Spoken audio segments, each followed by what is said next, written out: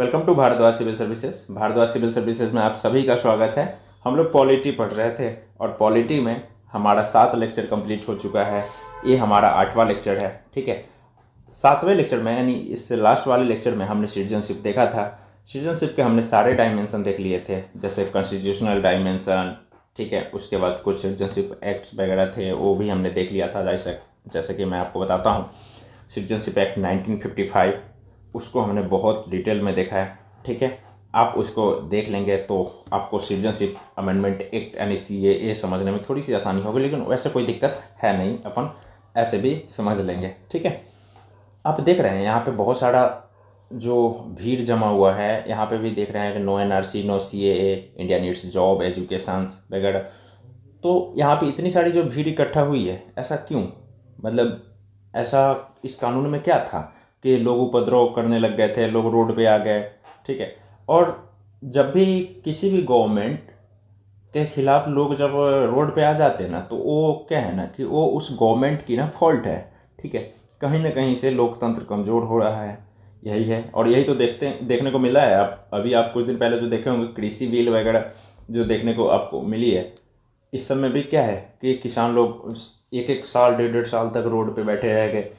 तो ये कहीं ना कहीं से यानी डेमोक्रेसी जो कहते हैं ना, यानी डेमोसाइड, यानी डेमोक्रेसी सुसाइड कर रही है। तो ये वाली बातें आपको देखने को मिलती हैं। ठीक है, आज हम लोग जो देखेंगे ना, हमने सिटीजनशिप तो कवर कर ही लिया। आज हम लोग देखेंगे कुछ न्यूज़ में कुछ बातें जो रहती हैं, जैसे कि CAA, NRC, NPR क्या है। ठीक है, उसके बाद हम लोग देखेंगे NRI कौन होते हैं, OCI क्या होता है, ठीक है, PIO क्या होता है। तो इस सब चीज़ को देख लेंगे तो हमारा पार्ट 2 पूरा कंप्लीट हो जाएगा। पार्ट 2 कंप्लीट होने के बाद हम लोग पार्ट 3 में घुसेंगे। ठीक है, और पार्ट 3 में हम लोग देखेंगे फंडामेंटल राइट। ठीक है, तो सिटीजनशिप का लेक्चर एक तो कंप्लीट है, 7th लेक्चर। अब 8वें लेक्चर में हम लोग देखते हैं CAA, सिटीजनशिप अमेंडमेंट एक्ट। आपको मैं पहले बताता हूँ। देखिए होता क्या है, सिटीजनशिप अमेंडमेंट बिल और एक्ट में क्या अंतर है। देखिए, बिल कभी भी जब संसद में पेश होती है ना, कोई भी मेंबर जब बिल पेश करता है, कोई भी कानून बनाने के लिए जब बिल पेश करता है, तो वह बिल की प्रकृति पे डिपेंड करता है कि बिल की प्रकृति कैसी है। ठीक है, क्या इस बिल के लिए विशेष बहुमत की ज़रूरत है या साधारण बहुमत की ज़रूरत है। जिस भी बहुमत की ज़रूरत होगी, दोनों सदनों से उसी बहुमत से यानी विशेष बहुमत या साधारण बहुमत से पास होने के बाद राष्ट्रपति के पास जाती है, और राष्ट्रपति जब उस पर साइन कर देते हैं तो वही बिल एक्ट बन जाता है। तो कुछ भी बिल और एक्ट में कुछ अलग नहीं है। ठीक है, तो आप देखिए कि CAA क्या होता है, यानी सिटीजनशिप अमेंडमेंट एक्ट क्या है। ठीक है, आप यहाँ पे देखिए सिटीजनशिप अमेंडमेंट एक्ट यानी नागरिकता संशोधन अधिनियम 2019 यहाँ है। ठीक है, अब आप देखिए नागरिकता संशोधन अधिनियम 2019 क्या था, मैं आपको बताता हूँ। देखिए, जब नागरिकता अधिनियम 1955 यानी सिटीजनशिप एक्ट 1955 में संशोधन किया गया 2019 में, यानी आज तक 6 बार संशोधन हो चुका है। यानी पहली बार 1986 में हुआ था 1955 के एक्ट में। अभी जो 6ठे बार जो संशोधन हुआ है नागरिकता संशोधन अधिनियम 2019, यह 6th टाइम है। ठीक है, तो इस अमेंडमेंट में ऐसा क्या आया? पहले भी अमेंडमेंट हुए तो उसमें ऐसा कुछ उपद्रव देखने को नहीं मिला, लेकिन इस अमेंडमेंट में ऐसा क्या था कि इतनी बड़ी उपद्रव की स्थिति देश में देखने को मिल गई। ठीक है, लोग सड़कों पे उतर गए, लोग टायर जलाना यानी चक्का जाम करना, बहुत सारे ऐसे उपद्रव आपको देखने को मिलती है। तो क्या है इसमें? देखिए, सिटीजनशिप अमेंडमेंट एक्ट में क्या था यानी 2019 वाले में, कि यह अधिनियम कहता है कि यह अधिनियम अवैध प्रवासी को जो है ना, यानी जो अवैध प्रवासी कौन होते हैं? अवैध प्रवासी वो लोग होते हैं जिनके पास वैलिड डॉक्यूमेंट्स नहीं होता, जो बिना वैलिड डॉक्यूमेंट्स के इंडिया में रह रहे हों। ठीक है, या किसी भी देश में अगर आप बिना वैलिड डॉक्यूमेंट्स के अगर आप रहते हैं तो आप अवैध प्रवासी हैं। लाइक आप ऐसे ही चोरी छुपे बॉर्डर क्रॉस करके आ गए हैं, या आप मान लो वीज़ा लेकर इंडिया का आए हैं। ठीक है, और वीज़ा का टर्म आपका समाप्त हो चुका है, उसके बाद भी आप इंडिया में रह रहे हैं, तो आप अवैध प्रवासी हैं। ठीक है, तो यह अधिनियम कहता है कि 31 दिसंबर 2014 या 31 दिसंबर 2014 से पहले, 31 दिसंबर 2014 या उससे पहले 3 कौन से देश थे? पाकिस्तान, अफगानिस्तान और बांग्लादेश। इन 3 देश से 6 समुदाय के लोग जो आए 6 समुदाय में कौन थे? हिंदू, बौद्ध, जैन, सिख, पारसी और ईसाई। ये 6 लोग, यानी 3 देश से 6 लोग जो आए हैं 31 दिसंबर 2014 को या उससे पहले, तो उनको नागरिकता दे दी जाएगी। ठीक है, लेकिन पहले यह टर्म तो 11 वर्ष रहने पे ही नागरिकता यहाँ की मिलती थी, लेकिन बाद में इसको, यानी इसी अधिनियम के तहत इसको 5 वर्ष कर दिया गया कि ये 6 लोग जो है अगर इन 3 देश से आ रहे हैं या आए हैं तो इनको नागरिकता इंडिया की दे दी जाएगी। ठीक है, अब बात आता है कि इसमें छठ कौन जाते हैं, तो इसमें छठ जाते हैं मुस्लिम। देखो, इंडिया अगर पंथ निरपेक्ष राज्य है ना, इंडिया अगर पंथ निरपेक्ष राज्य है या धर्मनिरपेक्ष राज्य है, तो ऐसा नहीं होना चाहिए। यह कहते हैं प्रताड़ित की बात। ठीक है, यानी प्रताड़ित जो ये यानी गवर्नमेंट मानती है कि ये जो 6 लोग हैं ना, कि ये जो भी अपने देश में प्रताड़ित हो रहे हैं उनको इंडिया में बुलाया जाएगा, यानी वो उनके लिए मोस्ट वेलकम है। या 5 साल, मतलब जो भी पहले से 5 साल से रह रहे हैं, या आज भी मैं बताता हूँ कि अगर आप हैं तो आज कितना, आज तो 7 साल हो गए। जो लोग पहले से, यानी 31 दिसंबर 2014 से पहले जो आए, तो उनके लिए तो 7 साल हो गया, टाइम हो गया, 7-8 साल हो गया टाइम। ठीक है, लेकिन 19 में 31 दिसंबर 2019 को यह टर्म 5 साल ही हुआ था और 5 साल पे ही लोगों को यानी जो नागरिकता देने की बात की जा रही थी। ठीक है, तो अब देख लिए सिटीजनशिप अमेंडमेंट एक्ट क्या है। सिटीजनशिप अमेंडमेंट एक्ट 3 देश यानी पाकिस्तान, अफगानिस्तान और बांग्लादेश से आए 6 समुदाय के लोगों को नागरिकता देने की बात करती है। ठीक है, तो वर्डिक्ट इसमें उठा गया, वर्डिक्ट उठा कि इसमें मुस्लिम को छांट दिया गया। देखिए, इंडिया अगर पंथ निरपेक्ष या धर्मनिरपेक्ष राज्य है तो इसमें ऐसा नहीं होना चाहिए कि किसी एक समुदाय को आप मोस्ट वेलकम कर रहे हो और एक को आप छांट रहे हो, तो यह उचित नहीं है।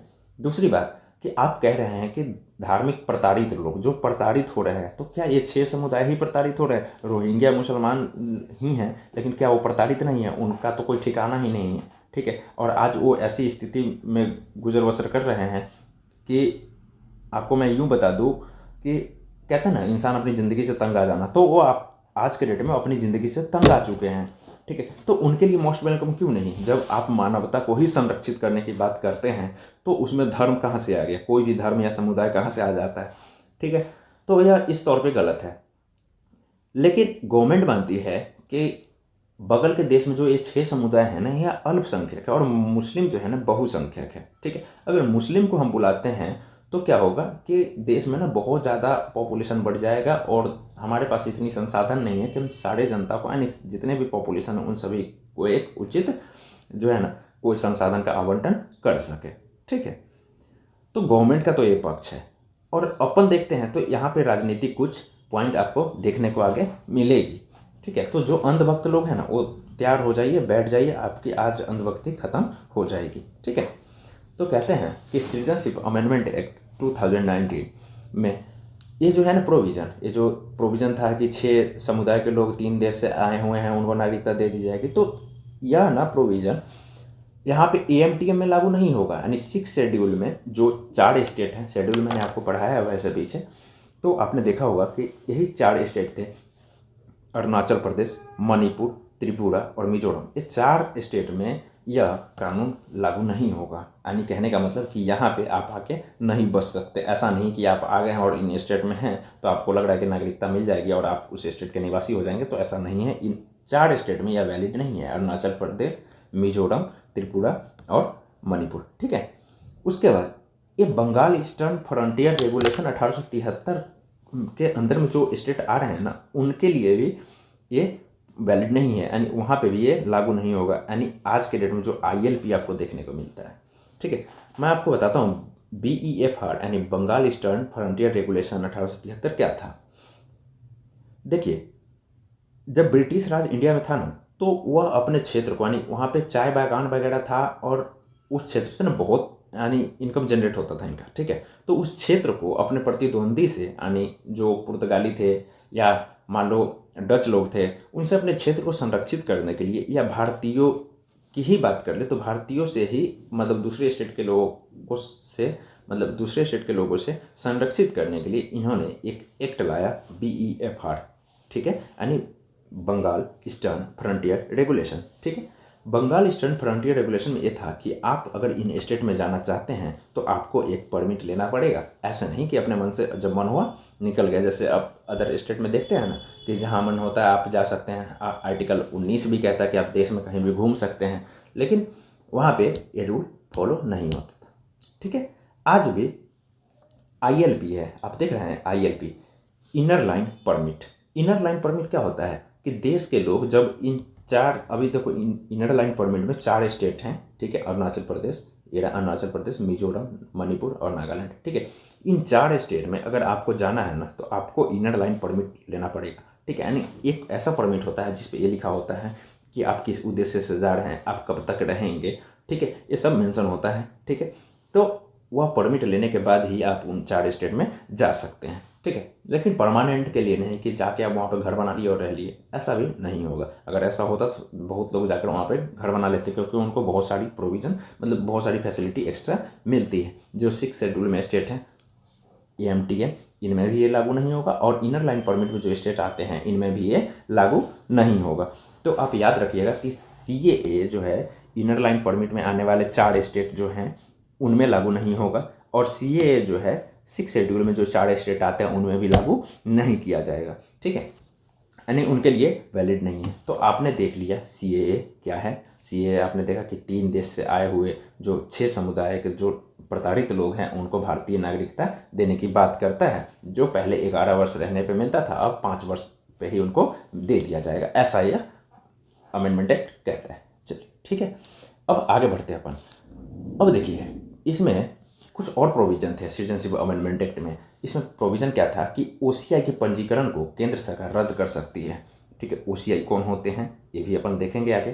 ठीक है, तो आप पहले देखिए कि OCI के यानी पंजीकरण को केंद्र सरकार रद्द कर सकती है अगर फर्जी तरीके से आपने पंजीकरण कराया है। ठीक है, या OCI के यानी जैसे overseas citizen of India card जो आपको मिलता है, वह कार्ड मिलने के 5 वर्ष के अंदर, 5 यानी पंजीकरण से 5 वर्ष के अंदर जो है 2 वर्ष या उससे अधिक का अगर आपको जेल हुआ है तो केंद्र सरकार चाहे तो आपकी OCI कार्ड वैलिड करार नहीं रहने देगी, यानी उसको इनवैलिड कर देगी। ठीक है, उसके बाद अगर केंद्र सरकार को लगता है कि भारत की संप्रभुता और सुरक्षा के लिए यह आवश्यक हो, अगर आप OCI कार्डधारी हैं और देश के विरुद्ध ही कोई साजिश रच रहे हैं, तो क्या होगा कि गवर्नमेंट आपकी जो है ना OCI कार्ड की वैलिडिटी समाप्त कर सकती है। उसके बाद कहता है यह किसी कानून का उल्लंघन किया हो, तो आप किसी भी कानून का उल्लंघन करेंगे तो आपकी भी यानी आपकी जो है ना OCI जो कार्ड धारक लोग हैं उनके जो है ना वैलिडिटी ख़त्म उनकी कर दी जाएगी, लेकिन OCI को सुनवाई का मौका दिया जाएगा। ठीक है, अब आपको मैं बताता हूँ कि OCI देखो यहाँ पे है PIO, एक मिनट देखिए यहाँ पे है PIO, यहाँ पे है OCI। ठीक है, यानी ओवरसीज सिटीजन ऑफ इंडिया और पर्सन ऑफ इंडियन ओरिजिन। ठीक है, PIO का फुल फॉर्म होता है पर्सन ऑफ इंडियन ओरिजिन और OCI का फुल फॉर्म होता है ओवरसीज सिटीजन ऑफ इंडिया। और ये रहा अपना प्यारा सा पासपोर्ट। ठीक है, अब इसमें 3 तरह के लोग हैं, ये जो देख रहे हैं ये 3 लोग हैं। जैसे OCI कौन होते हैं आपको बताता हूँ कि 2003 में ना क्या हुआ कि प्रवासी भारतीय दिवस के मौके पे, यानी प्रवासी भारतीय दिवस कब मनाया जाता है, 9 जनवरी को मनाया जाता है, जब गांधी जी साउथ अफ्रीका से मुंबई लौटे थे, उसी दिन के मौके पे प्रवासी भारतीय दिवस मनाया जाता है। तो क्या हुआ कि 2003 में सिटीजनशिप रूल्स 2003 में क्या हुआ कि एक जो PIO कार्ड लाया गया, यानी PIO जो 10 वर्ष के लिए वैलिड होता था, लाइक आपका पासपोर्ट, जैसे आपका पासपोर्ट 10 वर्ष के लिए वैलिड होता है ना, वैसे ही PIO कार्ड 10 वर्ष के लिए वैलिड होता था। ठीक है, इसमें क्या प्रोविज़न था कि PIO कार्ड अगर आपको मिल गया ना तो आप PIO पहले होता कौन है मैं आपको बताता हूँ। देखो नाम से ये स्पष्ट है कि पर्सन ऑफ इंडियन ओरिजिन। ठीक है, जिसका जन्म भारत में हुआ हो लेकिन उसने क्या किया है कि किसी और देश की नागरिकता उसने ले ली है।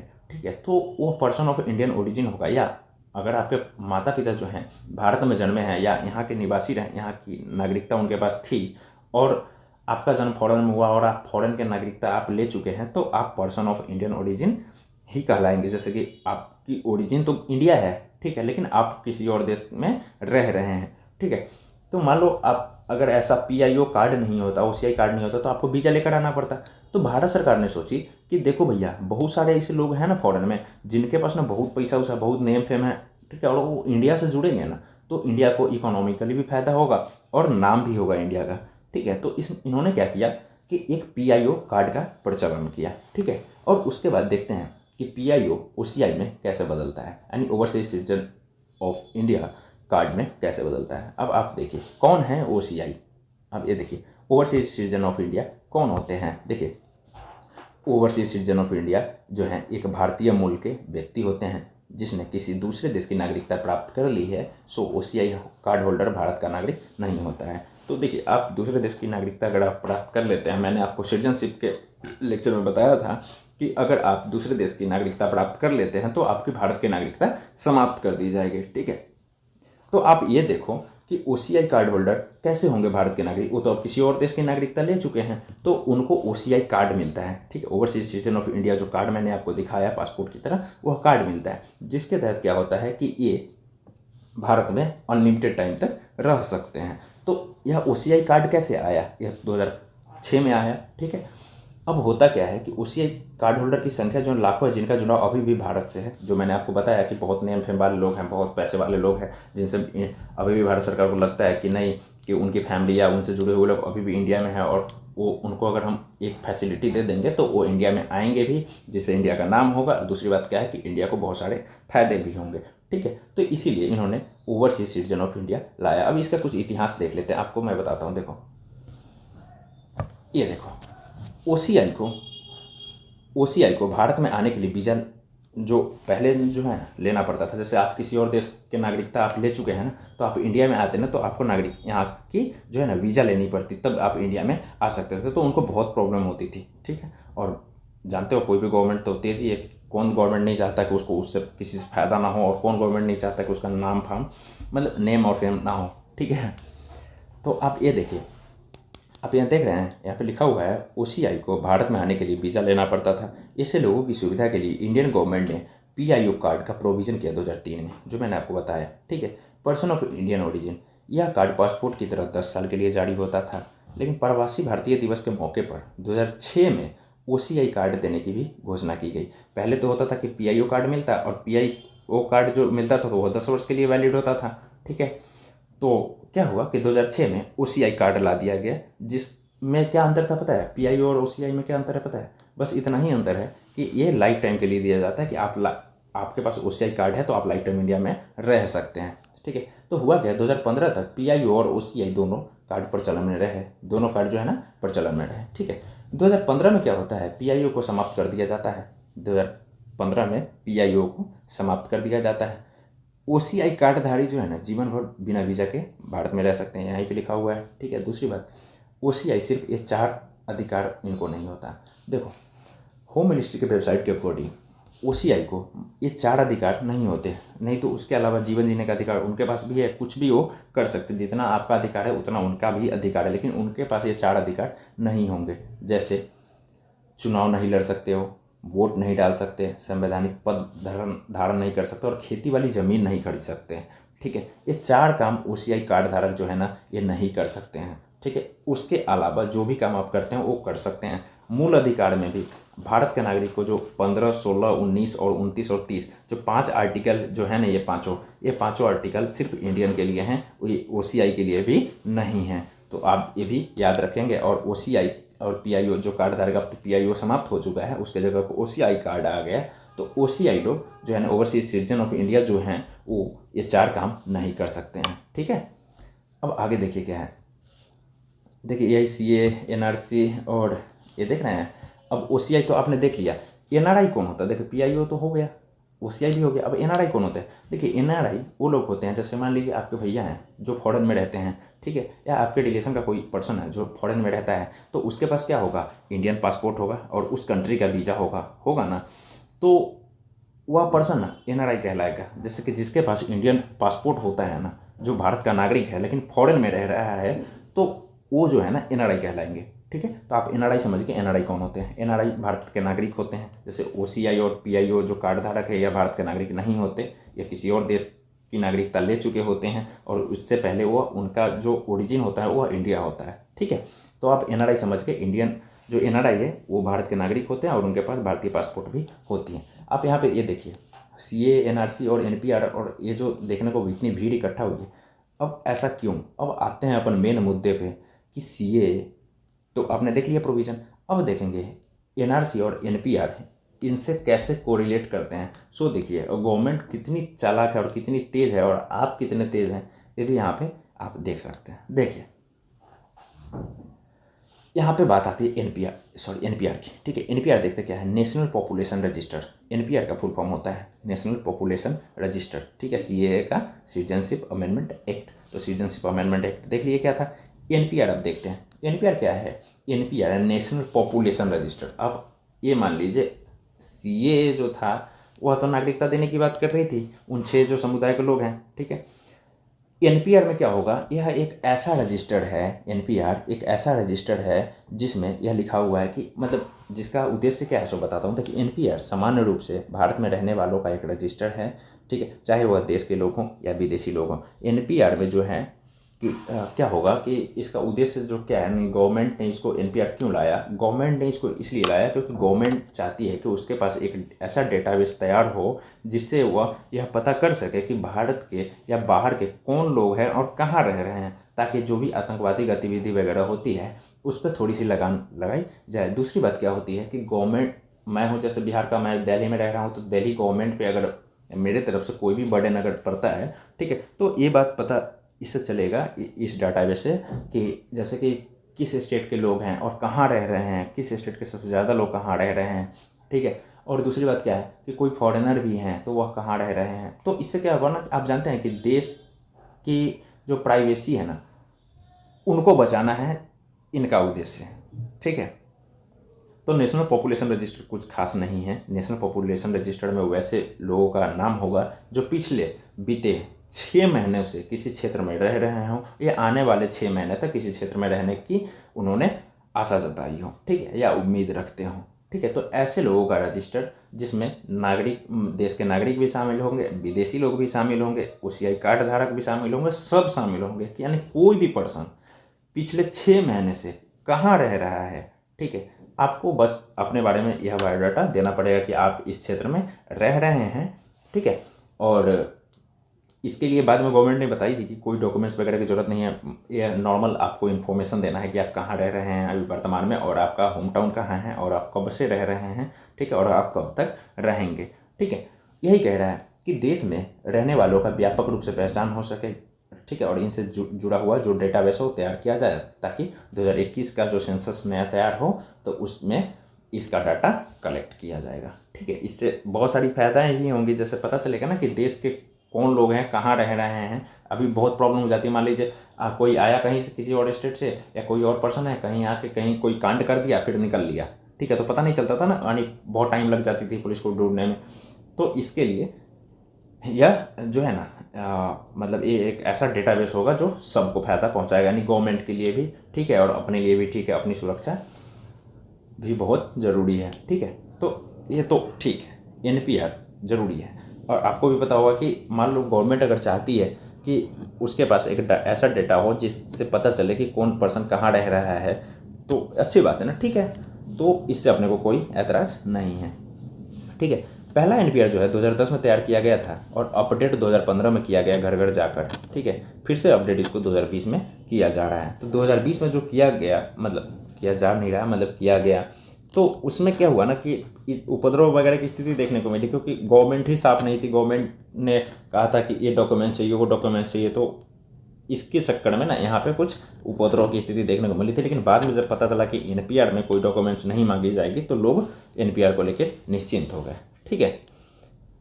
अब आगे देखिए, लेकिन ऐसा मत मानिएगा कि एनपीआर में कोई डॉक्यूमेंट्स नहीं चलेगा तो एनआरसी में भी नहीं। एनआरसी के लिए कौन कौन से डॉक्यूमेंट्स ज़रूरी हैं ये मैं आपको बताता हूँ। आप खुद को सोचेंगे कि यार ऐसी भी कोई प्रोविज़न है क्या। देखो है क्या, यहाँ पे लिखा हुआ है कि इसे नागरिकता कानून, यानी एनपीआर की बात हो रही है, इसे नागरिकता कानून 1955 जो मैंने आपको बताया था, सिटीजनशिप एक्ट 1955 और सिटीजनशिप रूल 2003 के प्रावधानों के तहत गांव, पंचायत, जिला और स्टेट और राष्ट्रीय स्तर, यानी 5 स्तर पर गांव, ठीक है, पंचायत, जिला और राज्य स्तर पे और राष्ट्रीय स्तर पे इनका डेटा जो है ना कलेक्ट किया जाएगा, ठीक है। यह तो किस रूल के तहत, तो आप याद रखिएगा सिटीजनशिप एक्ट 1955 और सिटीजनशिप रूल्स 2003 के तहत क्या होगा कि यह 5 स्तर पे किया जाएगा, ठीक है। यानी उसके बाद जो है सिटीजनशिप रूल क्या है, registration of citizens and issue of national identity cards. ठीक है, इस रूल में 2003 वाले में संशोधन करके यह प्रोविज़न लाया गया कि या जो एनपीआर का डेटा होगा यह गांव स्तर पे, पंचायत स्तर पे, जिला स्तर पे, स्टेट स्तर पे और राष्ट्रीय स्तर पे इसका डेटा कलेक्ट किया जाएगा। ठीक है, अब आप देखिए सामान्य निवासी कौन होते हैं। मैंने आपको बताया कि सामान्य निवासी यानी सिटीजनशिप रूल 2003 के अकॉर्डिंग सामान्य निवासी वो व्यक्ति होते हैं जो पिछले 6 महीने से किसी क्षेत्र में रह रहे हैं या आने वाले भी 6 महीने तक उस क्षेत्र में रहने की आशा जताते हैं। ठीक है, तो उन्हें वैसे लोगों की एक रजिस्टर तैयार की जाएगी जिसमें इंडियन और फॉरेनर दोनों शामिल होंगे। ठीक है, जिससे गवर्नमेंट को एक ऐसी जानकारी मिलेगी कि आप बीते 6 महीने से आप किस स्टेट में रह रहे हैं या कहाँ रह रहे हैं या कौन पर्सन कहाँ रह रहा है। तो यह देश की सिक्योरिटी के हिसाब से अच्छी है। ठीक है, तो अपन इसको बाइकआउट नहीं करते, लेकिन अपन एनआरसी को बाइकआउट करेंगे। देखेंगे क्यों, आपको मैं दिखाता हूँ। देखिए एनआरसी क्या है। NRC national register of citizens है, यानी सिटीजन का एक रजिस्टर तैयार करना है। आप एनपीआर देख लिए तो उसमें नेशनल पॉपुलेशन रजिस्टर था, यानी वहाँ पे पॉपुलेशन की पूरी पॉपुलेशन की बात थी, चाहे उसमें इंडियन हो या फॉरेनर हो, डजेंट मैटर, उनमें सब शामिल होंगे। लेकिन नेशनल रजिस्टर ऑफ सिटीजन्स है एनआरसी, यानी इसमें सिर्फ इस रजिस्टर में जिनका जिनका नाम शामिल होगा वही सिटीजन होंगे और जिनका नाम शामिल नहीं होगा वो सिटीजन नहीं होंगे। ठीक है, तो आपको प्रूफ करना पड़ेगा कि आप सिटीजन हैं या नहीं हैं। वो प्रूफ कैसे होगा वो अपन आगे देखेंगे। देखिए एनआरसी जब देश में आई तो जितने उपद्रव की स्थिति देख रही थी, तो मैंने भी बहुत पर्सनली भी मैंने बहुत सारे लोगों से पूछा, तो बहुत सारे लोगों का मत था कि यह मुस्लिम के खिलाफ है। देखिए मुझे नहीं लगता कि यह मुस्लिम के खिलाफ है या किसी हिंदू के खिलाफ है, ऐसा नहीं है। ये एनआरसी जो है ना यह देश के खिलाफ है।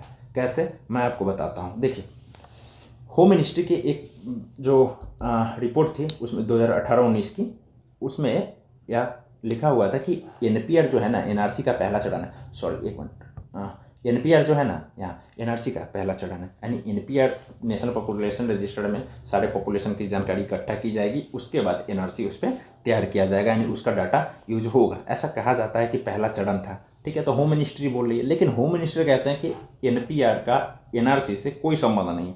ठीक है, लेकिन अपन आगे देखते हैं कि कैसे कैसे किसका संबंध है। ठीक है, गवर्नमेंट ने यानी होम मिनिस्टर ने कहा कि सीए, एनआरसी और एनपीआर ये तीनों जो है ना एक क्रम है, इनको आप समझ लीजिए, इसी क्रम से सारे लागू होंगे। अब सीए में तो आपने देख लिया कि ये बाहर के लोगों को इंडियन सिटीजनशिप देकर और यहाँ की नागरिक बना रहे हैं, लेकिन एनआरसी ऐसा है कि देश के लोगों को बाहर भगा के यहाँ इनकी नागरिकता छीन लेंगे। तो भैया एक बात बताओ, जो लोग जहाँ रह रहे हैं वहाँ पे उनको सुकून से रहने दो।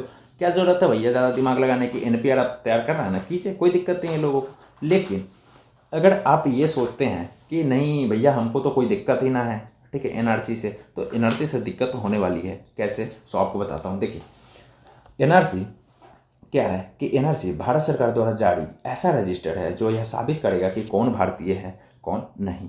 ठीक है, यह रजिस्टर जो है ना मुख्य रूप से असम के लिए तैयार की गई थी। अब आप नेशनल रजिस्टर ऑफ सिटीजन्स है, आप नाम से ही समझ रहे हैं कि जो है ना सिटीजन्स का ऐसा रजिस्टर है जिसमें सिटीजन्स के बारे में उसमें उल्लेख होगा, यानी उनका नाम दर्ज होगा। ठीक है, यह मुख्य रूप से जो है ना असम के लिए लाया गया था। आपको मैं बताता हूँ हुआ क्या। देखिए इसका कुछ हिस्ट्री अपन देखते हैं। हुआ क्या कि 1971 से पहले भी यानी जो ये बांग्लादेश था वह पूर्वी पाकिस्तान कहा जाता था। ठीक है, तो बांग्लादेश के बनने से पहले पूर्वी पाकिस्तान से भारत में आना जाना लगा रहता था। ऐसे जैसे कि कोई बॉर्डर वॉर्डर की स्थिति तो अब देखने को मिलती है, पहले कोई सीन नहीं था। इधर के लोग उधर जाते थे, उधर के लोग इधर आते थे, क्योंकि इनके रिलेशनशिप वहाँ फंसते थे, वहाँ वाले के रिलेशनशिप यहाँ पर फंसते थे, तो लोग आवागमन उनकी लगी रहती थी। ठीक है, तो क्या हुआ कि असम में जो है ना असम के लोग इस चीज़ से बहुत या मतलब मान लो ऐसा थे कि मतलब उनको अच्छा नहीं लग रहा था। वो ऐसा मानते थे कि इनके आने जाने से क्या होगा ना कि जो बाहर के लोग अगर हमारे क्षेत्र में आएंगे तो हमारी सांस्कृतिक और आर्थिक जो मॉडल है ना उसको क्षति पहुंचेगी कहीं ना कहीं से। ठीक है, या मान लो हमारा अधिकार छीन लेंगे, ऐसा उनके अंदर भय था। तो उन्होंने क्या किया कि बाहरी लोगों को अपने स्टेट से बाहर निकालने के लिए उन्होंने जोर तोड़ प्रयास किया, बहुत प्रयास किया उन्होंने। ठीक है, होता क्या है कि 1971 में जब बांग्लादेश बनता है उससे पहले क्या होता है कि पाकिस्तानी सेना ही मतलब घुसपैठ के रूप में वहाँ पे पहुँच के बहुत उपद्रव मचाते हैं, ठीक है। तो लोग क्या करते हैं, अपना जान बचाने के लिए फिर से असम मतलब इंडिया में आ जाते हैं। तो असम के क्षेत्रों में लगभग 12-13 लाख लोग आ जाते हैं, ठीक है।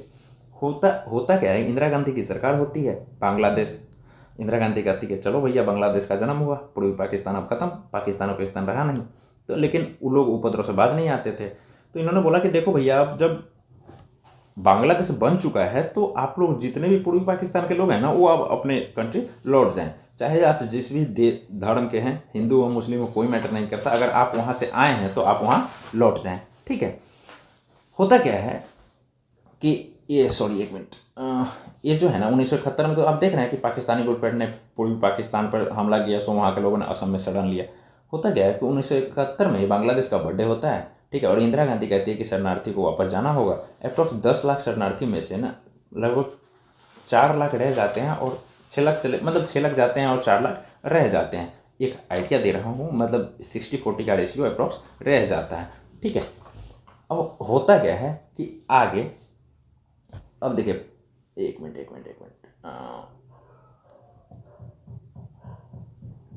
आप रुकेंगे, ठीक है। होता क्या है कि ये लोग अपनी संस्कृति और आर्थिक और राजनीतिक हित को बचाने के लिए क्या होता है कि असम के लोग, जैसे कि ऑल इंडिया असम मतलब ऑल असम स्टूडेंट यूनियन जो है, कि आसू जिसको आप कहते हैं, ऑल असम स्टूडेंट यूनियन, इन्होंने क्या किया, मतलब वहाँ की एक स्टूडेंट यूनियन थी जिसमें बहुत सारे लोग, वहाँ के जो यानी लोकल लोग थे ना, उसमें भी बहुत सारे लोग शामिल थे और इनकी संख्या बहुत अधिक थी, यानी यह प्रभावी रूप से यह कोई भी आंदोलन चलाते थे, ठीक है। तो ऑल असम स्टूडेंट यूनियन ने क्या किया, अवैध प्रवासी को बाहर निकालने के लिए एक जोड़ तोड़, यानी 6 वर्षीय जो है ना, आप यहाँ पे ये असम समझौते का नाम जानते हैं, सुने होंगे, 6 वर्षीय आंदोलन चलाया, ठीक है। 1979 में इन्होंने आंदोलन स्टार्ट कर दिया कि भैया देखो, गवर्नमेंट को इन्होंने मजबूर कर दिया कि देखो जो असम के बाहर के लोग हैं उनको असम से बाहर निकालो, ठीक है। इससे क्या हो, ये लोग हमारे आर्थिक और सामाजिक और सांस्कृतिक जो मान लो अधिकार है उस पर कहीं ना कहीं से ये लोग हस्तक्षेप कर रहे हैं, ठीक है। तो हुआ क्या कि 1985 में क्या होता है कि 6 वर्षीय आंदोलन 1979 से आंसू 1985 तक क्या करता है, आंदोलन चलाता है। लेकिन 1950 यानी 15 अगस्त 1985 को राजीव गांधी के समक्ष क्या होता है कि असम समझौते पे हस्ताक्षर होता है, जिसके तहत ऐसा राजीव गांधी सरकार कहती है कि असमिया संस्कृति और आर्थिक और राजनीतिक अधिकारों की रक्षा के लिए जितने भी बाहर के लोग हैं उनको बाहर हम निकालेंगे, ठीक है। तो आपने इतिहास देख लिया। तो उसके बाद आया एनआरसी, ठीक है, नेशनल रजिस्टर ऑफ सिटीजन्स की, यह तैयार किया जाने लगा कि कौन असम के नागरिक हैं और कौन नहीं। तो उस रजिस्टर में जो शामिल हो जाते थे ना, वो असम के नागरिक हो गए, और जो शामिल नहीं हुए ना, उनको देश से बाहर जानी ही पड़ेगी, ऐसा था, ठीक है। तो पहले एनआरसी असम के लिए ही था। तो देश के अदर लोग जानते हो ना कि जब तक आप पे कुछ बीतेगी नहीं तब तक आपको फील नहीं होगा। तो यही हुआ। तो लोग सोचते थे कि चलो भैया असम के लिए तो अपने को क्या तकलीफ, ठीक है। लेकिन यह चलता रहा, कोई तकलीफ नहीं हुई। लेकिन इसमें उपद्रव की स्थिति तब देखने को मिली जब गवर्नमेंट ने, यानी बीजेपी गवर्नमेंट ने, इवन प्रेसिडेंट ने भी यह कहा कि एनआरसी को धीरे धीरे पूरे देश में लागू कर दिया जाएगा, ठीक है। अब आप कहेंगे कि NR national register of citizens हैं, तो मतलब सिटीजन्स का एक रजिस्टर तैयार करना कहाँ से गलत है, ठीक है। इसमें रजिस्टर मतलब सिटीजन के बारे में ही तो लिखा रहेगा कि हाँ कौन कौन सिटीजन है, कौन सिटीजन नहीं है। तो देखिए, अगर आप यहाँ के नागरिक हैं ना, फिर भी आपकी नागरिकता बचानी आपके लिए मुश्किल हो जाएगी। कैसे, सो मैं आपको बताता हूँ। देखिए इसमें क्या प्रोविज़न था कि अब देखिए, एनआरसी का पक्ष सरकार रखती है। सरकार कहती है कि इससे हम अवैध जो घुसपैठिए हैं उनकी पहचान कर पाएंगे, ठीक है। लेकिन इसमें विवाद क्यों है? अब ये तो अच्छी बात है कि अवैध जो घुसपैठिए लोग हैं उनकी पहचान हो पाएगी। तो आप एक बात बताओ, आप खुद सोचो कि गवर्नमेंट जब इतना साफ है, गवर्नमेंट जब इतनी ही मतलब अच्छी है, गवर्नमेंट कह रही है कि कोई प्रॉब्लम नहीं होने वाला है, सब कुछ ठीक रहेगा, तो फिर इतनी उपद्रव क्यों? अब सारे लोग तो बेवकूफ़ हैं नहीं, मैं बेवकूफ़ हो सकता हूँ, आप बेवकूफ़ हो सकते हैं, लेकिन अब देश के करोड़ों लोग तो बेवकूफ़ हैं नहीं, ठीक है। तो इसमें विवाद क्यों हुआ? देखिए, विवाद इसीलिए हुआ कि जब होम मिनिस्टर, देश के प्राइम मिनिस्टर, देश के होम मिनिस्टर और देश के प्रेसिडेंट कहते हैं कि इसे धीरे धीरे पूरे देश में लागू किया जाएगा, यानी सरकार ने अपने हाल के वाकया में कहा कि इसे पूरे देश में धीरे धीरे लागू कर दिया जाएगा, ठीक है। अब देखिए, भय का माहौल क्यों? अब गवर्नमेंट तो कह रही है कि हम तो अवैध घुसपैठियों की पहचान के लिए एक ऐसा रजिस्टर तैयार करना है जिसमें सिर्फ सिटीजन का उल्लेख होगा, ठीक है। NRC national register of citizen, यानी सिटीजन्स का एक रजिस्टर तैयार किया जाएगा। तो इसमें गलत क्या है? सरकार का भी उद्देश्य ठीक है, लेकिन भय का माहौल क्यों होता है इसमें?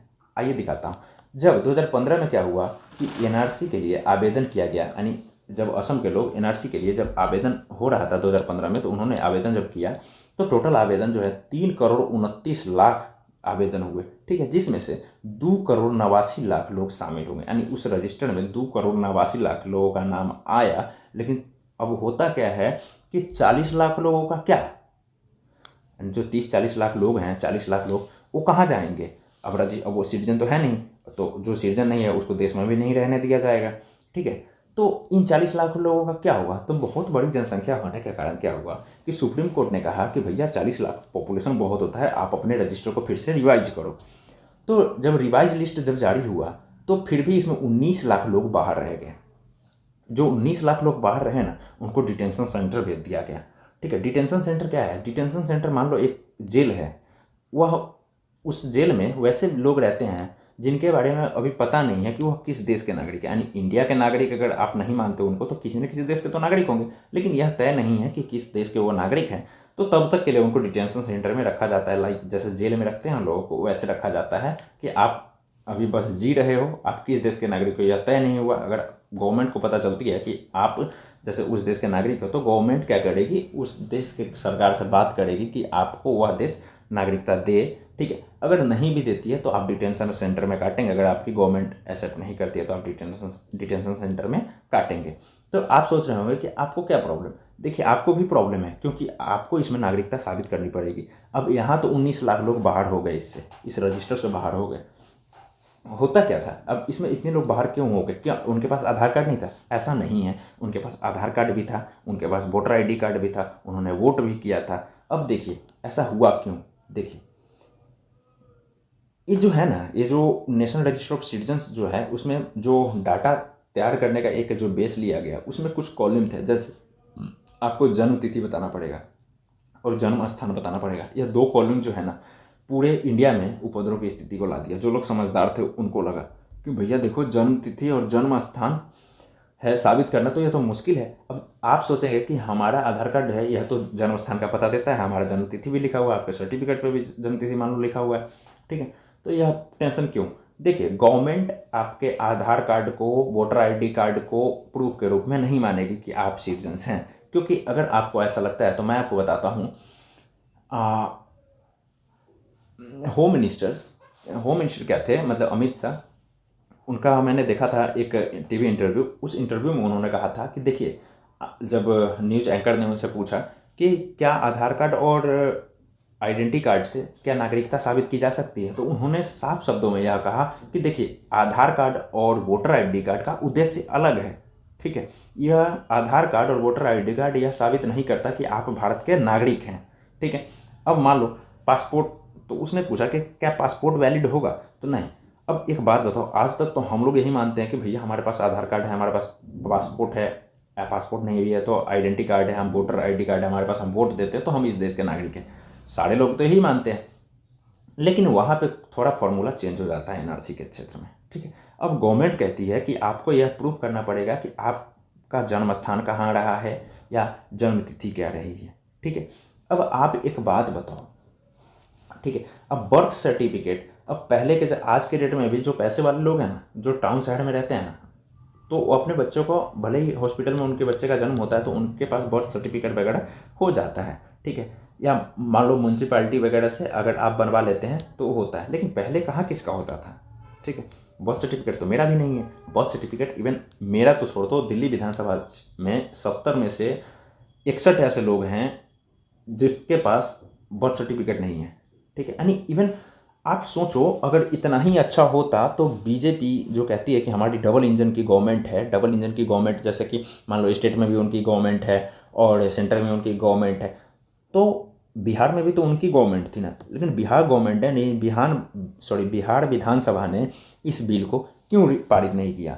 अगर बीजेपी का यह काम सही होता, यानी मान लो मैं किसी की पार्टी की बात नहीं कर रहा, मतलब मान लो अगर इसके जगह पे कांग्रेस भी होती, अगर उसका यह बिल सही होता, उसका यह कानून सही होता, तो कम से कम जहाँ पे उसकी सरकार है वहाँ पे तो ये पारित करवा लेते ना इस बिल को, तो पारित नहीं करवा पाए। ठीक है, सबसे पहले केरला विधानसभा ने, आप जानते हैं केरला के लोग इतने शिक्षित हैं, केरला विधानसभा ने सबसे पहले इस बिल को जो नकार दिया था, यानी अपने विधानसभा से खारिज कर दिया। ठीक है, क्यों? क्योंकि भैया मेन मोटो जो है था ना यहाँ पे जन्म तिथि और जन्म स्थान का है, जो यह सिर्फ बर्थ सर्टिफिकेट से प्रूफ होगा, और बर्थ सर्टिफिकेट कितने लोगों के पास है? गवर्नमेंट हॉस्पिटल का, वो आप जानते हैं। ठीक है, आप कहेंगे कि आप अपने मन से कह रहे हैं, देखिए मैं आपके सामने कुछ एग्जाम्पल्स देता हूँ, कुछ एग्जाम्पल्स हैं मेरे पास जो मैंने कलेक्ट किया है, आपको बताता हूँ। देखिए यहाँ पे लिखा हुआ है कौन एनआरसी में शामिल होंगे। देखिए, जो ये प्रूफ करेंगे कि वे खुद या उनके माता पिता 24 मार्च 1971 से पहले भारत में आकर बस गए थे। अब 24 मार्च 1971 से पहले तो आपके पास ज़मीन का कागज़ है। ठीक है, आप सोचोगे कि मेरे पास ज़मीन का पेपर है तो इससे यह प्रूफ तो हो ही जाएगा कि मैं यहाँ का लोग हूँ, तो ऐसा कुछ नहीं होगा। ठीक है, अब ज़मीन का पेपर मान लो आपके बाबा के नाम पे है, तो बाबा तो मर गए, अब बचे हैं आप, आपके नाम पे तो है नहीं, तो आप बाहर हो जाएंगे एनआरसी से। ठीक है, यानी वो जो सिटीजन्स का जो रजिस्टर है उस रजिस्टर से आप बाहर हो जाएंगे, तो बाहर हो गए तो इसका मतलब है आप इस देश के नागरिक नहीं हैं। ठीक है, तो हुआ क्या? अब देखिए, अब रिजल्ट इसका देखिए, पहले सीएए आया, फिर एनपीआर, फिर एनआरसी। अब एक बात बताओ, जब देश के लोग जो नागरिक नहीं हैं उनको आप यहाँ से भगा रहे हो, ठीक है, और जो बाहर के लोग हैं वो मान लो नागरिक नहीं है तो उनको ला के नागरिकता दे रहे हो, ये कहाँ से उचित लगता है? मुझे तो ये फंडा समझ नहीं आता, पता नहीं आप लोग को समझ में आता होगा, लेकिन मुझे नहीं समझ में आता कि अगर ऐसा ही है, जब मान लो बाहर के लोगों को जब आप नागरिकता दे रहे हो तो यहाँ के लोग जो नागरिक हैं, जो जी रहे हैं, उनको क्यों मार रहे हो? ठीक है, और लोग कैसे मर रहे हैं वो भी मैं आपको दिखाता हूँ। लोग, गवर्नमेंट ने, यानी बीजेपी गवर्नमेंट ने कही थी जब उनकी सरकार आई थी, तो उन्होंने कहा था, एवं मैं दूसरे की बात नहीं कर रहा, मैं पीएम मोदी की बात कर रहा हूँ, उन्होंने कहा था कि देश में कोई डिटेंशन सेंटर वगैरह नहीं बनाया जा रहा है। ठीक है, लेकिन आप इकोनॉमी सर्वे जब उठाकर देखेंगे तो आपको दिखेगा कि उसमें 3900 करोड़ रुपये डिटेंशन सेंटर के लिए अलॉट किया गया था। जब मान लो डिटेंशन सेंटर बनाना ही नहीं है तो वह पैसा क्या हुआ? तो देखो, ये तो बहुत बड़ी बात है, अगर आप इकोनॉमी सर्वे वगैरह पढ़ेंगे तो आप देखेंगे। और एक बात और आप याद रखेंगे कि देश में जब भी इकोनॉमिक क्राइसिस की स्थिति देखने को मिलती है, जब सीएए एनआरसी आया था, आप उस समय देश की इकोनॉमी स्थिति को देखेंगे तो आपको दिखेगा कि देश हमारी जो है ना स्लो डाउन की स्थिति से गुजर रही थी। ठीक है, अब देश हमारी स्लो डाउन की स्थिति से गुजर रही है, इनको एनआरसी का पड़ा हुआ है। अब एक बात बताओ कि अब आप खुद सोचो, मानवता की बात है कि यहाँ के लोग जो जी रहे हैं उनको उठा के आप बाहर फेंक रहे हैं, और बाहर के जो लोग बैठे हुए हैं उनको उठा के आप देश के अंदर ला रहे हैं। ये कहाँ से उचित है भैया? तो आप कहते हैं वो धार्मिक रूप से प्रताड़ित है, आपके पास क्या स्किल है कि वो धार्मिक रूप से प्रताड़ित है कहने के लिए? तो कोई भी कुछ कह देता है कि हाँ ठीक है हम धार्मिक रूप से प्रताड़ित है, तो गवर्नमेंट के पास ऐसी ना ही कोई स्किल है जिससे यह मापा जा सके कि कौन लोग धार्मिक रूप से प्रताड़ित हैं और कौन लोग धार्मिक रूप से प्रताड़ित नहीं हैं। ठीक है, उसमें तो वो लोग भी आएंगे जो प्रताड़ित नहीं है। अब इंडिया का नागरिकता उनको मिलेगा तो पाकिस्तान से कौन नहीं आना चाहेगा इंडिया, ये वाली बात है। तो देखिए, इससे अगर गवर्नमेंट को लगता है कि क्राइम कंट्रोल हो जाएगा तो भैया क्राइम बढ़ जाएगा, इससे कंट्रोल होने वाला सिस्टम है नहीं। ठीक है, अब आपको मैं बताता हूँ कि एनआरसी से प्रॉब्लम क्या है। एक तो आपने देख लिया कि सिटीजनशिप अमेंडमेंट एक्ट ला के या उन 3 देशों से आए 6 समुदाय के लोगों को 5 वर्ष रहने पे नागरिकता दे रहे हैं। 5 वर्ष तो कोई बड़ी चीज़ नहीं होती, लोग यहाँ पे जॉब के लिए 5 वर्षीय योजना निकाल देते हैं, है ना, तो उनको नागरिकता मिल जाएगी। दूसरी बात कि एनआरसी ला के देश के जो लोग हैं उनको बाहर निकाल रहे हैं। अब कितने लोग हैं जो प्रूफ कर देंगे कि जिनके पास बर्थ सर्टिफिकेट है वो वही प्रूफ करेंगे ना भैया कि हाँ आपके पास बर्थ सर्टिफिकेट है, इससे प्रूफ होता है कि आपका जन्म कहाँ हुआ है या आप कहाँ के हैं। उसके अलावा जो गवर्नमेंट आपकी आधार कार्ड मानेगी ही नहीं, आपकी वोटर आईडी कार्ड मानेगी नहीं, आपकी राशन कार्ड जो है वो मानेगी ही नहीं, गवर्नमेंट आपका पासपोर्ट मानेगी ही नहीं, जब गवर्नमेंट आपके ज़मीन का डॉक्यूमेंट्स मानेगी नहीं तो आप कैसे प्रूफ करेंगे कि आप इंडियन हैं? ठीक है, और 40 लाख लोग जो रह गए ना, ऐसा नहीं है कि उनके पास डॉक्यूमेंट्स नहीं था। आपको मैं दिखाता हूँ कौन कौन पर्सन थे इसमें, मैंने 3-4 का नाम कलेक्ट किया है, आप देखिएगा क्या हुआ। देखिए, एक दुलाल चंद्र पॉल है, ये दुलाल चंद्र पॉल है, बंगाली हिंदू थे। ठीक है, 65 वर्ष के एज में इनको क्या मतलब क्या किया गया, डिटेंशन सेंटर भेज दिया गया। हिंदू हैं, लोगों को लगता है ना कि यह जो है कानून जो है मुस्लिम के अगेंस्ट है, नहीं, असल मोटो क्या है वो तो मैं बताऊंगा ही आपको। ठीक है, लेकिन आप यहाँ पे कुछ एग्जांपल देखिए। दुलाल चंद्र पॉल, आपको देखिए, ये दिखेगा, ये देखिए यहाँ पे दुलाल चंद्र पॉल बंगाली हिंदू थे, 65 साल की एज में इनको डिटेंशन सेंटर भेज दिया गया। ठीक है, अगर हिंदू के पक्ष में होता तो हिंदू को तो भेजना नहीं चाहिए, भेज दिया इन्होंने। ठीक है, 11 अक्टूबर 2017 को इनको डिटेंशन सेंटर भेजा जाता है और ये क्या होता है, इनकी 13 अक्टूबर 2019 को इनकी मौत हो जाती है। ठीक है, उसके बाद और देखिए छतेंद्र शर्मा फ्लाइट लेफ्टिनेंट थे इंडियन एयरफोर्स में। ठीक है, फ्लाइट लेफ्टिनेंट पर्सन है इंडियन एयरफोर्स में। ठीक है, 38 साल के एज में जब ये रिटायर होते हैं तो क्या होता है कि 28 फरवरी 2018 को NRC का लिस्ट जारी होता है और उसमें इनका नाम नहीं होता है और 30 जुलाई 2018 को इनको डिटेंशन सेंटर भेज दिया जाता है। देख लो, फ्लाइट लेफ्टिनेंट है, हिंदू हैं, फ्लाइट लेफ्टिनेंट है, यानी देश के वायुसेना में इन्होंने अपना टाइम दिया है। ठीक है, उसके बाद भी ये शामिल नहीं है और इनको डिटेंशन सेंटर भेज दिया गया, यह क्या कि आप भारतीय नागरिक नहीं हैं। अब बताइए, वोट लेना था तो आप ले लिए, है ना। आर्मी में, एयरफोर्स में जो लोग अपना टाइम दिया है उससे अपने देश के लिए सेवा भी करवा लिया और आप उनको जो है ना नागरिक मानने से ही इनकार कर दिए। ठीक है, तो इनके साथ ऐसी प्रॉब्लम है। उसके बाद आप देखिए, इसमें मुस्लिम भी शामिल हैं। सनाउल्लाह खां विथ फैमिली 32 साल इन्होंने सेना में दिया। जब आर्मी से रिटायर होने के बाद, यानी आर्मी में थे ये, आर्मी से रिटायर होने के बाद यह बॉर्डर पुलिस में जॉब दे रहे थे अपना। ठीक है, अब सोच लो, सनाउल्लाह खां पहले इंडियन आर्मी में थे, उसके बाद बॉर्डर पुलिस में जॉब कर रहे थे। ठीक है, उसके बाद भी होता क्या है कि इनका नाम इस लिस्ट में नहीं होता और इनको डिटेंशन सेंटर भेज दिया जाता है। ठीक है, नरेश कोच, अब आप बताओ, मैं तो पता नहीं मैं बेवकूफ़ हूँ या क्या, मेरे को तो समझ नहीं आता या गवर्नमेंट ज़्यादा होशियार है। एक बात बताओ, आप जानते हैं कोई भी जनजाति कहीं से आया नहीं होता है। जनजाति का मतलब क्या होता है कि जनजाति का मतलब है कि वो उसके बाबा परबाबा बहुत पुराने, वो कोई आदमी कहीं की जनजाति होती है ना तो उनका अस्तित्व बहुत पुराना होता है। अब सेंटिनल आइलैंड के बारे में सुने होंगे, जो सेंटिनल में वहाँ पे एक जनजाति के बारे में जो कुछ दिन पहले न्यूज़ में आया था, जिनके बारे में ऐसा अनुमान लगाया गया है कि जब से मतलब मान लीजिए मानवता की शुरुआत हुई है ना, तब से वो जनजाति वहाँ पे बस रही है। तो जनजाति के बारे में आप सोच सकते हैं कि कोई भी जनजाति कहीं की है तो वह कहीं से आई हुई नहीं है, वह जनजाति वहीं की है, मतलब उनका ओरिजिन ही वहीं है। उनका क्या, उनका जो 10 पूर्वज भी उनके जो रहे होंगे उनकी भी ओरिजिन वहीं से। तो नरेश कोच, देखिए इनका नाम क्या है, ये नरेश कोच हैं। नरेश कोच जो हैं कोच ट्राइब के हैं। कोच ट्राइब, असम में एक कोच ट्राइब होता है, यानी वहाँ की जनजाति है कोच जनजाति। तो नरेश कोच वहाँ की जनजाति में थे। ठीक, वो जनजाति में आते हैं। इनका बेटा और भाई लिस्ट में शामिल था। ठीक है, लेकिन इनका नाम बाई लक, यानी बाई बैड लक इनका नाम इस लिस्ट में था नहीं, तो नरेश कोच को भी डिटेंशन सेंटर भेज दिया गया। जबकि उनके बेटे का नाम है लिस्ट में, उनके भाई का नाम है लिस्ट में, लेकिन नरेश कोच का नाम नहीं है। नरेश कोच को डिटेंशन सेंटर भेज दिया गया। ठीक है, उसके बाद देखो रतन चंद्र विश्वास का आपने वीडियो देखा होगा। एक वीडियो इनका वायरल हुआ था जिसमें इनको पेड़ से बांध के उनको बहुत प्रताड़ित किया जा रहा है। ठीक है, इनके पिता जो हैं यानी 1966 के वोटर लिस्ट में शामिल थे। इनके पिता का नाम 1966 के वोटर लिस्ट में है, लेकिन फिर भी इनको वहाँ पे भेज दिया गया, यानी डिटेंशन सेंटर भेज दिया गया, यह कह के कि आप भारतीय नागरिक नहीं हैं।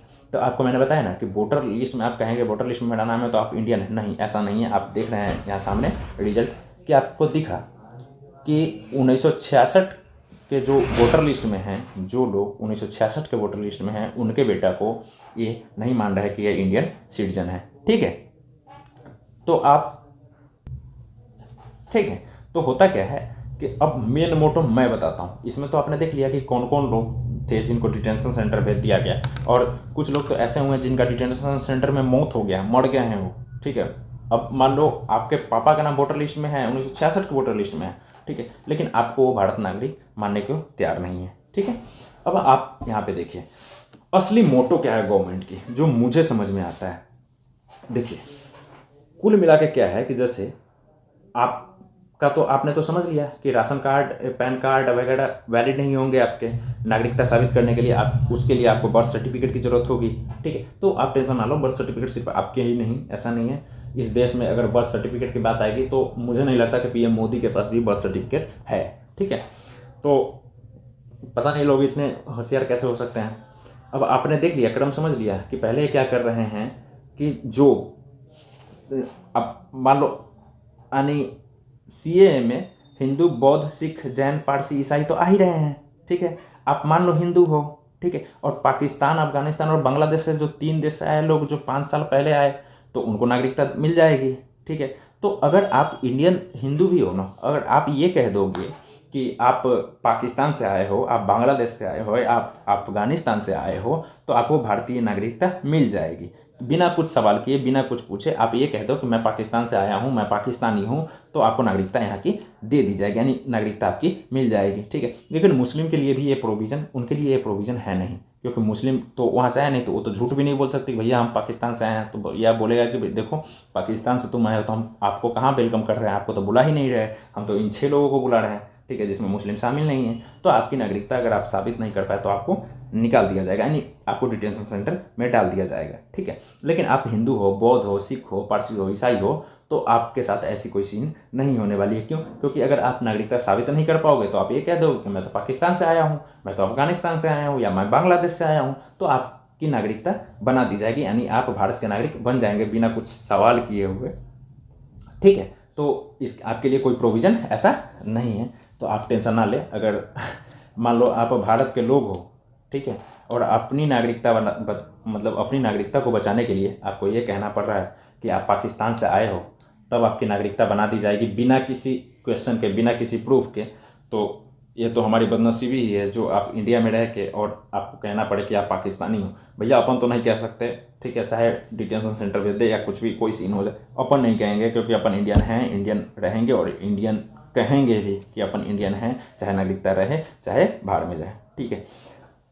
आप सभी को जिसको इंडिया में रहना हो, मान लो एनआरसी जब लागू हो जाती है, तो आप सभी को अगर इंडिया में रहना हो, तो अगर आपके पास बर्थ सर्टिफिकेट है तो ठीक है, नहीं है तो आपको यह कहना पड़ेगा कि आप अफगानिस्तान से आए हो, आप रिफ्यूजी हो, तो आप या बांग्लादेश से आए हो या पाकिस्तान से आए हो, तो आपकी नागरिकता बना दी जाएगी। क्योंकि सीएए तो पहले आ चुका है, सीएए में प्रोविज़न भी ला दिया गया कि आप 3 देश से 6 समुदाय के लोग हैं, तो आपके लिए कोई दिक्कत नहीं, आपको नागरिकता 5 साल रहने पर मिल जाएगी, और 5, 6, 7 साल तो गुजर चुके हैं, तो आपको कोई दिक्कत होने वाली नहीं है। लेकिन जो मुस्लिम लोग हैं, अगर मान लो वो अपनी नागरिकता साबित नहीं कर पाते हैं, तो उनको यहाँ से निकाल दिया जाएगा। तो आप लोग मेन मोटो देख रहे हैं कि मेन मोटो यहाँ क्या है, ठीक है। तो यह ना हिंदू के विरुद्ध है, ना मुस्लिम के विरुद्ध है, या देश के विरुद्ध है भैया, ठीक है। और बाद बाकी अपन क्या बोलें, आपने तो देख लिया, तो आपने आज सिटीजनशिप कंप्लीट कर लिया। सिटीजनशिप में हमने ये भी देख लिया कि जितने भी उसके कॉन्स्टिट्यूशनल डायमेंशन वगैरह थे वो हमने देख ही लिया। उसके बाद सिटीजनशिप को हमने जो भी करेंट में कुछ न्यूज़ वगैरह चल रहे थे तो उसको भी हमने आज क्लियर कर लिया, ठीक है। जिसमें जैसे सीएए, एनआरसी क्या है, ठीक है, सीएबी हमने देख लिया, ठीक है, ठीक है। तो आप ये सब तो हमने देख लिया। उसके बाद एनआरआई वगैरह, ओसीआई कार्ड, पीआईओ कार्ड, ये सब के बारे में भी हमने देख लिया। सिटीजनशिप को तो हमने 7वें लेक्चर में, यानी लास्ट लेक्चर में ही हमने देख लिया था। तो आज हो जाता है सिटीजनशिप पूर्ण रूप से कंप्लीट। सिटीजनशिप को आपने देख लिया, सीएए क्या है आपने समझ लिया, एनआरसी क्या है आपने समझ लिया, एनपीआर क्या है आपने समझ लिया, ठीक है। अगर मेरे तरफ से अगर वोट पूछते हो तो मैं एनआरसी को कैंसिल करता हूँ, मेरे को एनआरसी वगैरह नहीं मांगता, ठीक है। अगर आपको चाहिए हो तो आप मंगाते रहो, ठीक है। तो आप लोग अपना ख्याल रखना, और जो भी लेक्चर हो चुका है उसको आप पढ़ लेना। और मैं आपसे यह पूरे विश्वास के साथ कह सकता हूं कि अगर आपने सिर्फ लेक्चर देखा है तो 90% क्वेश्चन आप सिर्फ लेक्चर से करके ले जाएंगे। अगर आपको विश्वास नहीं है तो आप प्रीवियस ईयर क्वेश्चन उठाओ और आप चेक कर लो, ठीक है। तो तब तक के लिए फिर अपन मिलेंगे नेक्स्ट लेक्चर में फंडामेंटल राइट लेकर। इस और इकोनॉमी का जो लेक्चर होगा वो भी प्लेलिस्ट में 3 लेक्चर तो बन चुके हैं और आज से कंटिन्यू वो भी हो जाएगा, तो आप उसको भी देख सकते हैं। तो हमारा पॉलिटी और इकोनॉमी दोनों चल रहा है। अगर आपको भरोसा है मेरे पे, ठीक है, और आपको भरोसा है खुद पे, तो आप पढ़ें और एक बार ट्राई करें कि आपको क्या लगता है कि क्वेश्चन आप कर पा रहे हैं या नहीं, ठीक है। और एनआरसी वगैरह के बारे में अगर आपके पास कोई पॉइंट हो, अगर आपको ऐसा लगता हो कि नहीं ये भक्त लोग, क्योंकि होते हैं ना भक्त लोग तो बहुत जगह है ना, तो भक्त लोग तो कहेंगे ना कि नहीं ऐसे से ऐसे, तो भैया देखो इसमें मैंने जो बात बोली है वो मैं अपनी बात नहीं बोला हूँ, इसमें मैंने वो सारी बातें बोली हैं जो गवर्नमेंट का कहना है, जो होम मिनिस्टर कहते हैं, जो प्राइम मिनिस्टर कहते हैं। अब देश में भैया होम मिनिस्टर और प्राइम मिनिस्टर की बात ना माने तो आपकी बात मान ली, तो ये चीज़ बिल्कुल पॉसिबल नहीं है, ठीक है। तो आप लोगों को भी सरकार की बातें माननी चाहिए, हम लोग भी सरकार की बातें मानते हैं, तो सरकार जो कहेगी वही हम लोग सुनेंगे। तो ये वाली बातें हैं। तो लेक्चर बहुत लंबा हो गया, लगभग 1 घंटे के आसपास का लेक्चर हो गया, लेकिन क्या करूँ 1 घंटे तो कम से कम पढ़ना ही पड़ेगा। तो चलिए तब तक के लिए जय हिंद, गुड बाय, ठीक है, मिलते हैं नेक्स्ट लेक्चर में।